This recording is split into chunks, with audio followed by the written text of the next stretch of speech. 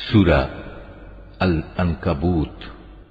রহমান রহিম আল্লাহ তাআলার নামে।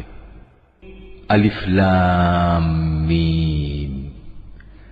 মানুষরা কি এটা মনে করে নিয়েছে তাদের শুধু এটুকু বলার কারণেই ছেড়ে দেয়া হবে যে আমরা ঈমান এনেছি এবং তাদের কোন রকম পরীক্ষা করা হবে না? আমি তো সেসব লোকদেরও পরীক্ষা করেছি যারা এদের আগে এভাবেই ঈমানের দাবি করেছিল। আল্লাহ তাআলা অবশ্যই তাদের ভালো করে জেনে নেবেন যারা ঈমানের দাবিতে সত্যবাদী। আবার ঈমানের মিথ্যা দাবিদারদেরও তিনি অবশ্যই জেনে নেবেন। যারা সব সময় গুনাহের কাজ করে বেড়ায় তারা এটা ধরে নিয়েছে তারা বুদ্ধির প্রতিযোগিতায় আমার থেকে আগে চলে যাবে। এটা তাদের একটা মন্দ সিদ্ধান্ত যা আমার সম্পর্কে তারা করতে পারল। তোমাদের মধ্যে যে ব্যক্তি এই আশা করে সে আল্লাহ তাআলার সামনাসামনি হবে, তবে সে যেন জেনে রাখে আল্লাহ তাআলার নির্ধারিত এই সময়টা অবশ্যই আসবে। আল্লাহ তাআলা সব কিছু শুনেন, সব কিছু জানেন। যে ব্যক্তি আল্লাহ তাআলার পথে সংগ্রাম সাধনা করে সে তো আসলে তা করে তার নিজের কল্যাণের জন্যই, কেননা আল্লাহ তাআলা সৃষ্টিকুল থেকে প্রয়োজন মুক্ত।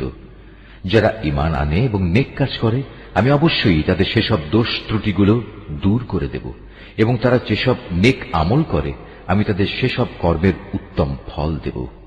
আমি মানুষকে তাদের পিতামাতার সাথে সদ্ব্যবহার করার আদেশ দিয়েছি, কিন্তু যদি কখনো তারা তোমাকে আমার সাথে কাউকে শরীক করার জন্য জবরদস্তি করে, যেহেতু এ ব্যাপারে তোমার কাছে কোন রকম দলিল প্রমাণ নেই, তাই তুমি তাদের কোনো আনুগত্য করো না, কেননা তোমাদের তো আমার কাছেই ফিরে আসতে হবে।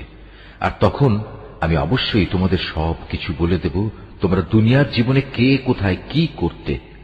যারা আল্লাহ তাআলার উপর ঈমান এনেছে এবং নেক আমল করেছে আমি অবশ্যই তাদের নেক বান্দাদের অন্তর্ভুক্ত করে নেব।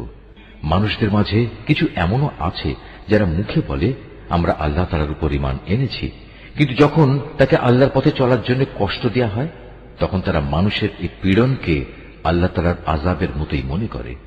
আবার যখন তোমার মালিকের কোনো সাহায্য আসে তখন তারা মুসলমানদের বলতে থাকে আমরা তো তোমাদের সাথেই ছিলাম। এরা মনে করে আল্লাহ তাআলা সৃষ্টিকুলের মানুষদের অন্তরের গোপন বিষয় সম্পর্কে বুঝি মোটেই অবগত নন। আল্লাহ তাআলা অবশ্যই তাদের ভালো করে জেনে নেবেন যারা ঈমান এনেছে। আবার তিনি মুনাফিকদেরও ভালো করে জেনে নেবেন। কাফেররা ঈমানদারদের বলে তোমরা আমাদের পথের অনুসরণ করো, আমরা কিয়ামতের দিন তোমাদের গুনাহসমূহের বোঝা তুলে নেব।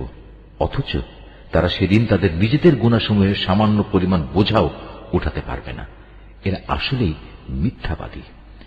কিয়ামতের দিন এরা অবশ্যই তাদের নিজেদের গুনাহের বোঝা উঠাবে, তারপর তাদের এই বোঝার সাথে থাকবে তোমাদের বোঝাও। দুনিয়ার জীবনে যত মিথ্যা কথা তারা উদ্ভাবন করেছে তাদের অবশ্যই সে ব্যাপারে সেদিন প্রশ্ন করা হবে। আমি নূহকে তার জাতির কাছে পাঠিয়েছিলাম, সে ওদের মাঝে অবস্থান করল 50 কম 1000 বছর। তারা যখন তার কথা শুনল না তখন মহাপ্লাবন এসে তাদের পাকড়াও করল। মূলত তারা ছিল বড়ই জালেম। এ মহাপ্লাবন থেকে আমি তাকে এবং তার সাথে নৌকার আরোহীদের রক্ষা করেছি, আর আমি এই ঘটনাকে সৃষ্টিকুলের মানুষদের জন্য একটি নিদর্শন বানিয়ে রেখেছি। আর যখন ইব্রাহিম তার জাতিকে বলল তোমরা এক আল্লাহ তাআলার ইবাদত করো এবং তাঁকেই ভয় করো, এটাই তোমাদের জন্য ভালো যদি তোমরা বুঝতে পারো। তোমরা তো আল্লাহ তাআলাকে বাদ দিয়ে কেবল মূর্তিসমূহের পূজা করো এবং স্বয়ং আল্লাহ তাআলা সম্পর্কে মিথ্যা কথা উদ্ভাবন করো। আল্লাহ তাআলাকে বাদ দিয়ে যেসব মূর্তির তোমরা পূজা করো তারা তোমাদের কোন রকম রিজিকের মালিক নয়। অতএব তোমরা একমাত্র আল্লাহ তাআলার কাছেই রিজিক চাও, শুধু তাঁরই ইবাদত করো এবং তার নিয়ামতের শুকর আদায় করো, কেননা তোমাদের তাঁর কাছেই ফিরে যেতে হবে। আর যদি তোমরা আমার নবীকে মিথ্যা প্রতিপন্ন করো তাহলে জেনে রেখো তোমাদের আগের জাতির লোকেরাও তাদের জমানার নবীদের মিথ্যা প্রতিপন্ন করেছে। মূলত সুস্পষ্ট রূপে মানুষদের কাছে আল্লাহর কথা পৌঁছে দেয়াই হচ্ছে রসুলের কাজ। এই লোকেরা কি লক্ষ্য করে না কিভাবে আল্লাহ তাআলা প্রথমবার তার সৃষ্টিকে অস্তিত্ব দান করলেন, কিভাবে তাকে আবার জীবিত করবেন? অবশ্য এই দ্বিতীয়বার সৃষ্টি করার কাজটা আল্লাহ তাআলার কাছে নিতান্ত সহজ। হে নবী, তুমি বলো তোমরা আল্লাহর জমিনে পরিভ্রমণ করো এবং এর সর্বত্র দেখো কিভাবে আল্লাহ তাআলা তার সৃষ্টিকে প্রথমবার অস্তিত্বে আনেন এবং একবার ধ্বংস হয়ে গেলে কিভাবে আবার তিনি তা পুনর্বার পয়দা করেন। নিঃসন্দেহে আল্লাহ তাআলা সব কিছুর উপর প্রবল ক্ষমতাবান। তিনি যাকে চান তাকে শাস্তি দেন, আবার যাকে চান তাকে ক্ষমা করে তার উপর অনুগ্রহ করেন। সর্বাবস্থায় তোমাদের তার দিকেই ফিরে যেতে হবে। তোমরা জমিনের অতলে যেমন আল্লাহ তাআলাকে তার পরিকল্পনায় অক্ষম করে দিতে পারবে না, তেমনি পারবে না আসমানের কোন চূড়ায়ও। বস্তুত আল্লাহ তাআলা ছাড়া তোমাদের কোনো অভিভাবক নেই, নেই কোনো সাহায্যকারীও। যারা আল্লাহ তাআলার আয়াতসমূহ ও তার সামনাসামনি হওয়া অস্বীকার করে, মূলত সেসব লোক আমার অনুগ্রহ থেকে নিরাশ হয়ে গেছে। আর এরাই হচ্ছে সেসব মানুষ যাদের জন্য রয়েছে মর্মন্তুদ শাস্তি। অতঃপর তাদের ইব্রাহিমের জাতির কাছে এছাড়া আর কোনো জবাব থাকল না, যে তারা বলতে লাগলো, একে মেরেই ফেলো কিংবা তাকে আগুনে পুড়িয়ে দাও। অতঃপর তারা যখন তাকে আগুনে নিক্ষেপ করল, তখন আল্লাহ তাআলা তাকে জ্বলন্ত আগুন থেকে উদ্ধার করলেন। অবশ্যই মুমিন জাতির জন্য এ ঘটনার মাঝে আল্লাহ তাআলার কুদরতের অনেক নিদর্শন মজুদ রয়েছে। ইব্রাহিম বলল, হে আমার জাতির লোকেরা, তোমরা তোমাদের পার্থিব জীবনে একে অপরের প্রতি ভালোবাসা বৃদ্ধির খাতিরে আল্লাহ তাআলাকে বাদ দিয়ে নিজেদের হাতে গড়া মূর্তিগুলোকে নিজেদের মাবুদ ধরে নিয়েছ। অথচ কিয়ামতের দিন তোমাদের এই ভালোবাসার একজন ব্যক্তি আরেকজনকে চিনতেও অস্বীকার করবে। তারা তখন একজন আরেকজনকে অভিশাপ দিতে থাকবে। পরিশেষে তোমাদের সবার চূড়ান্ত ঠিকানা হবে জাহান্নাম, আর সেদিন কেউই তোমাদের কোন রকম সাহায্য করবে না। অতঃপর লূত তার উপর ঈমান আনল। ইব্রাহিম বলল, আমি এবার আমার মালিকের বলে দেয়া স্থানের দিকে হিজরত করছি। অবশ্যই তিনি মহাপরাক্রমশালী ও বিজ্ঞ কুশলী। অতঃপর আমি তাকে ছেলে হিসেবে ইসহাক ও নাতি হিসেবে ইয়াকুব দান করলাম। তার বংশধারায় আমি নবুয়ত ও কিতাব নাজিলের ধারা অব্যাহত রাখলাম। নবুয়ত দ্বারা আমি দুনিয়াতেও তাকে পুরস্কৃত করলাম, আর আখিরাতে সে অবশ্যই আমার নেক বান্দাদের দলে শামিল হবে। আর আমি লূতকে তার লোকদের কাছে পাঠিয়েছিলাম, যখন সে তার জাতিকে বলল, তোমরা এমন এক অশ্লীল কাজ নিয়ে এসেছ যা ইতিপূর্বে সৃষ্টিকুলের কোন মানুষই করেনি। তোমাদের এ কি হল? তোমরা কি তোমাদের কামনা বাসনার জন্য মহিলাদের বাদ দিয়ে পুরুষদের কাছে হাজির হচ্ছ? এবং এ উদ্দেশ্যে আল্লাহ তাআলার নির্ধারিত পথ তোমরা প্রকারান্তরে কেটে দিচ্ছ, এবং তোমরা তোমাদের ভরা মজলিসে এ অশ্লীল কাজে লিপ্ত হচ্ছ। তাদের লূতের জাতির মানুষের কাছেও এছাড়া আর কিছুই বলার ছিল না, যে তারা বলল, হ্যাঁ যাও নিয়ে এসো আমাদের উপর আল্লাহর আযাব, যদি তুমি তোমার আযাবের ওয়াদায় সত্যবাদী হও। এ কথা শুনে সে আল্লাহর দরবারে ফরিয়াদ করে বলল, হে আমার মালিক, এই ফাসাদি জাতির মোকাবেলায় তুমি আমায় সাহায্য করো। অতঃপর যখন আমার পাঠানো ফেরেশতারা একটা সুখবর নিয়ে ইব্রাহিমের কাছে এলো, তখন তারা বলল, আমরা লূতের এ জনপদের অধিবাসীদের ধ্বংস করব, কেননা তার অধিবাসীরা বড় জালেম। এ কথা শুনে সে বলল, তা কি করে সম্ভব? সেখানে তো নবী লূতও রয়েছে। তারা বলল, আমরা ভালো করে জানি সেখানে কে কে আছে। আমরা লূত এবং তার পরিবারের লোকজনদের অবশ্যই রক্ষা করব, তবে তার স্ত্রীকে নয়। সে আযাবে পড়ে থাকা লোকদের দলে শামিল হবে। তারপর যখন সত্যি আমার পাঠানো ফেরেশতারা লূতের কাছে এলো, তখন তাদের এই আশাটায় লূত খুবই বিষণ্ণ মনা হল। এদের সম্মান রক্ষা করতে পারবে না কারণে তার মন ভেঙে গেল। ওরা এটা দেখে বলল, হে লূত, তুমি ভয় পেও না, তুমি দুশ্চিন্তাগ্রস্তও হয়েও না। আমরা তুমি এবং তোমার পরিবার পরিজনদের রক্ষা করব, তবে তোমার স্ত্রীকে নয়। সে তো আযাবে পড়ে থাকা ব্যক্তিদেরই একজন। আমরা অচিরে এ জনপদের বাকি অধিবাসীদের উপর আসমান থেকে এক ভীতিকর আযাব নাজিল করব, কেননা এরা ছিল ভীষণ গুনাহগার জাতি। একদিন সত্যি সত্যি আমি জনপদকে উল্টে দিয়েছি, এবং তখন থেকে আমি এটিকে জ্ঞানবান সম্প্রদায়ের জন্য একটি সুস্পষ্ট নিদর্শন করে রেখে দিয়েছি। আমি মাদিয়ানের কাছে তাদের ভাই শোয়াবকে পাঠিয়েছি। তখন সে তাদের বলল, হে আমার জাতি, তোমরা এক আল্লাহ তাআলার ইবাদত করো এবং পরকাল দিবসের পুরস্কারের আশা করো। আল্লাহর জমিনে তোমরা বিপর্যয় সৃষ্টি করো না। কিন্তু তারা তাকে মিথ্যা সাব্যস্ত করল। অতঃপর প্রচন্ড ভূমিকম্প তাদের পাকড়াও করল, ফলে তারা নিজ নিজ ঘরেই উপুড় হয়ে পড়ে থাকল। আদ এবং সামুদকেও আমি ধ্বংস করেছিলাম। তাদের ধ্বংসপ্রাপ্ত বসতি থেকেই তো তোমাদের কাছে আযাবের সত্যতা প্রমাণিত হয়ে গেছে। শয়তান তাদের কাজ তাদের সামনে শোভন করে রেখেছিল, এবং এ কৌশলে সে তাদের সঠিক রাস্তা থেকে ফিরিয়ে রেখেছিল, অথচ তারা তাদের অন্য সব ব্যাপারে ছিল দারুণ বিচক্ষণ। কারুন, ফেরাউন এবং হামানকেও আমি ধ্বংস করেছি। মুসা তাদের কাছে আমার সুস্পষ্ট আয়াত নিয়ে এসেছিল, কিন্তু তারা তাকে মানার বদলে জমিনে বড় বেশি অহংকার করেছিল, অথচ তারা কোনো অবস্থায় আমার আযাব থেকে পালিয়ে আগে চলে যেতে পারল না। অতঃপর এদের সবাইকেই আমি তাদের নিজ নিজ গুনাহের কারণে পাকড়াও করেছি।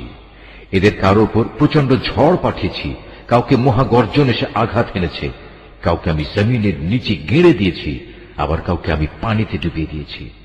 মূলত আল্লাহ তাআলা এমন ছিলেন না যে তিনি এদের উপর কোনো জুলুম করেছেন। জুলুম তো বরং তারা নিজেরাই নিজেদের উপর করেছে।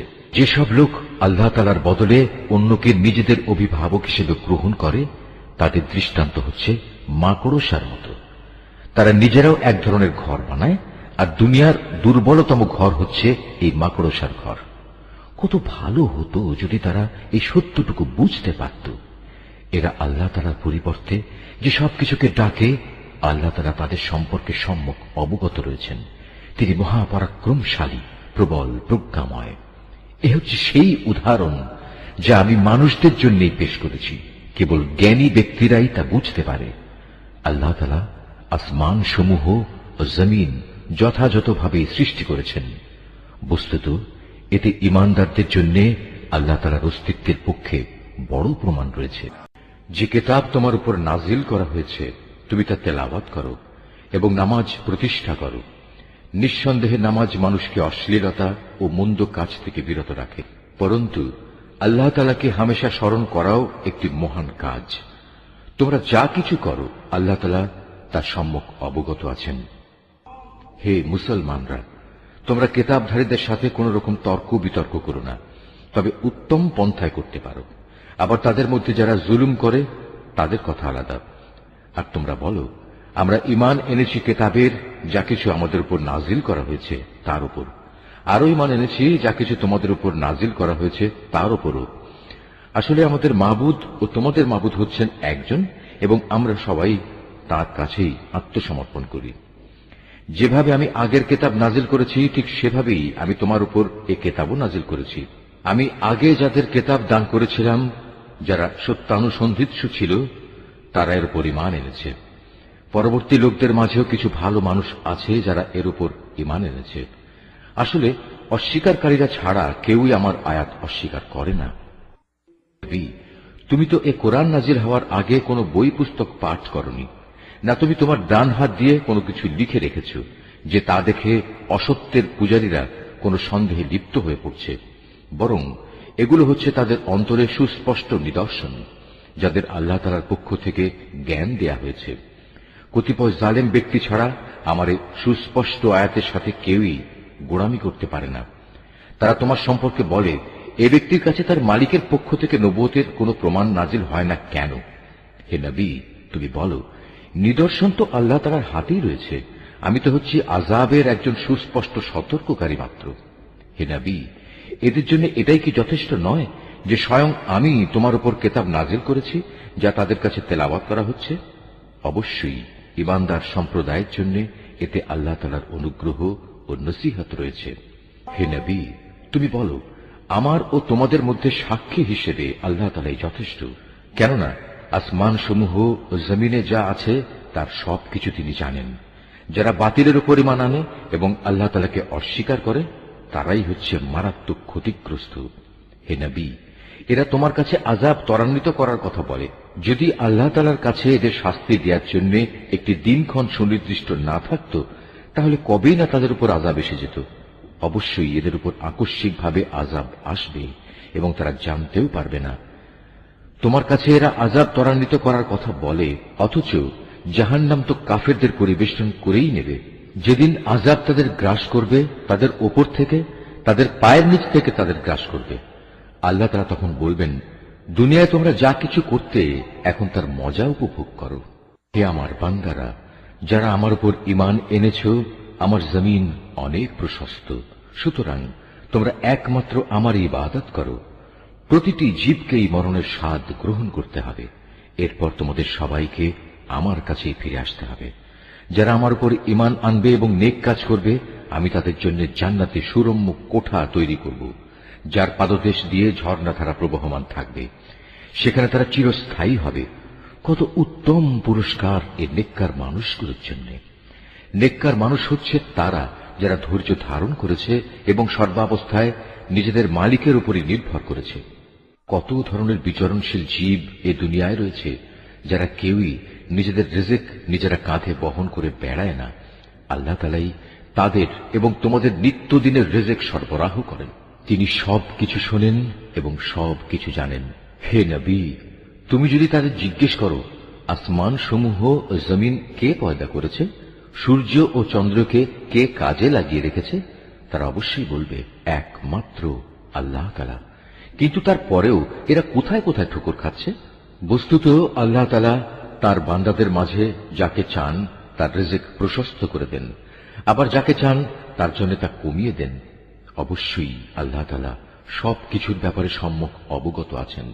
হে নবী, যদি তুমি তাদের জিজ্ঞেস করো, আসমান থেকে কে পানি বর্ষণ করেছে, অতঃপর কে জমিন একবার মরে যাওয়ার পর সে পানি দ্বারা তাতে জীবন সঞ্চার করেছে, অবশ্যই এরা বলবে আল্লাহ তাআলাই। তুমি বলো, যাবতীয় তারিফ একমাত্র আল্লাহ তাআলার জন্য, কিন্তু ওদের অধিকাংশ মানুষই তা অনুধাবন করে না। এ পার্থিব জীবন তো অর্থহীন কতিপয় খেল তামাশা ছাড়া আসলেই আর কিছু নয়। আখিরাতে জীবনই হচ্ছে সত্যিকারের জীবন। কত ভালো হতো যদি তারা এই বিষয়টা জানত। যখন এরা জলযানে আরোহণ করে বিপর্যয়ের সম্মুখীন হয়, তখন তারা একান্ত নিষ্ঠার সাথে আল্লাহ তাআলাকেই ডাকে। কিন্তু আল্লাহ তাআলা যখন তাদের মুক্তি দিয়ে স্থলে নামিয়ে নিরাপদ করে দেন, তখন সাথে সাথে আল্লাহ তাআলার সাথেই এরা শরীক করতে শুরু করে, যেন আমি তাদের উপর যা কিছু অনুগ্রহ করেছি তা তারা অস্বীকার করতে পারে, এবং এভাবেই এরা কয়টা দিন দুনিয়ায় ভোগ বিলাস করে কাটিয়ে দিতে পারে। অচিরেই এরা আসল ঘটনা জানতে পারবে। এরা কি দেখতে পাচ্ছে না কিভাবে আমি এ মক্কাকে শান্তি ও নিরাপদ আশ্রয়স্থল বানিয়ে রেখেছি, অথচ তার চারপাশে মানুষদের প্রতিনিয়ত জোর করে ছিনিয়ে নেওয়া হচ্ছে। এরপরেও কি তারা বাতিলের উপর ঈমান আনবে এবং আল্লাহ তাআলার নিয়ামত অস্বীকার করবে? তার চেয়ে বড় জালেম আর কে হতে পারে, যে স্বয়ং আল্লাহ তাআলার উপরই মিথ্যা অপবাদ আরোপ করে, অথবা তার কাছে যখন সত্য এসে যায় তখন তাকেই অস্বীকার করে। হে নবী, এমন ধরনের অস্বীকারীদের জন্য জাহান্নামী কি একমাত্র আশ্রয়স্থল হওয়া উচিত নয়? অপরদিকে যারা আমারই পথে জিহাদ করে, আমি অবশ্যই তাদের আমার পথে পরিচালিত করব। নিঃসন্দেহে আল্লাহ তাআলা নেককার বান্দাদের সাথে রয়েছেন।